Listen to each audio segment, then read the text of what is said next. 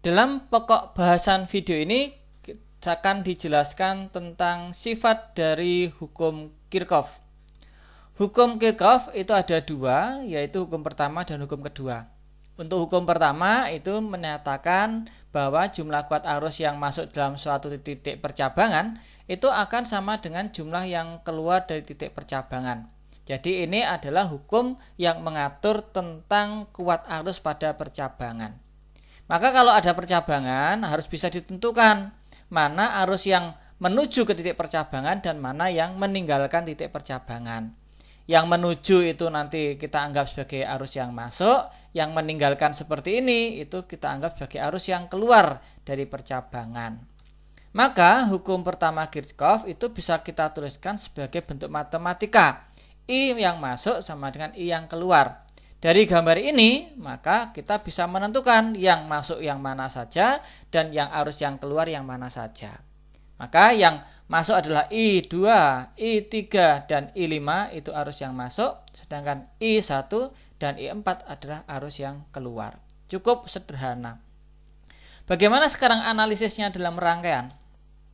Maka kita mengenal rangkaian seri. Pada rangkaian seri itu kan tidak ada percabangannya. Berarti seluruh arus yang melewati setiap hambatan itu nilainya akan tetap.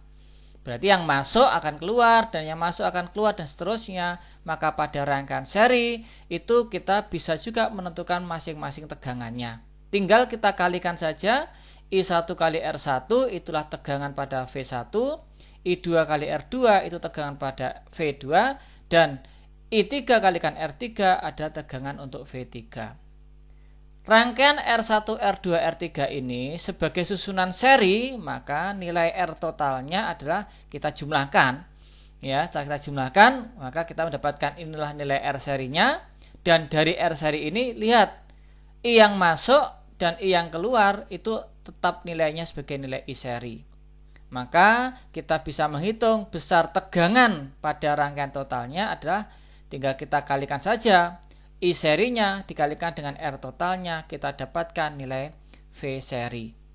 Dengan demikian, kaitan antara I seri sebagai I1 sama dengan I2 sama dengan I3 dapat terbaca juga pada gambar ini. Bagaimana dengan tegangan V seri dengan tegangan masing-masing? V seri itu merupakan gabungan dari V1 tambah V2 tambah V3. Jadi kalau tegangan-tegangan ini kita jumlahkan, maka akan menjadi tegangan gabungan untuk susunan rangkaian seri. Penerapan berikutnya yaitu pada rangkaian paralel. Anda tentu ingat bahwa rangkaian paralel itu rangkaian yang memiliki titik percabangan. Maka kalau di sini ada arus yang masuk sebagai arus paralel, maka arus paralel ini akan terpecah menjadi percabangannya. Ada yang terpecah menjadi I1, ada yang lewat menjadi I2, ada yang lewat menjadi I3.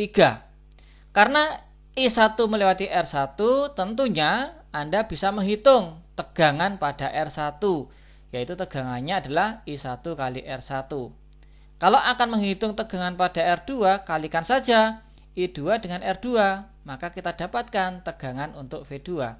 Hal yang sama ketika Anda mengkalikan I3 dengan R3, kita dapatkan tegangan pada V3. Nah, karena di sini adalah arusnya percabangan, berarti arus yang masuk sama dengan arus yang keluar. Yang keluar ada 3. Berarti pada rangkaian paralel ini, arus paralelnya, arus yang masuk itu sama dengan I1 ditambah I2 tambah I3. Secara matematika kita dapatkan pernyataan ini. I paralel itu adalah dari I1 ditambah I2 ditambah I3 menjadi I paralel yang keluar. Kalau kita pakai yang sebelah kiri, I yang masuk sama dengan yang keluar. Yang keluar siapa? I1, I2, dan I3. Sehingga I paralel adalah I1 tambah I2 tambah I3. Berlaku baik untuk yang masuk maupun untuk yang keluar. Sedangkan besarnya R paralel tentunya bisa kita hitung menggunakan rumus hambatan paralel. Maka tegangan paralelnya adalah I paralel kalikan R paralel. Itulah tegangan paralel. Dalam hal ini, tegangan paralel itu kan tegangan dari kondisi arus masuk sama dengan kondisi arus keluar. Berarti tegangan paralel itu ada sama saja dengan tegangan yang dimiliki oleh V3. Kenapa? Karena V3 itu tegangan dari titik awal sampai ke titik akhir. Itulah miliknya V3. Ini V3 terhubung pada titik awal ke titik akhir.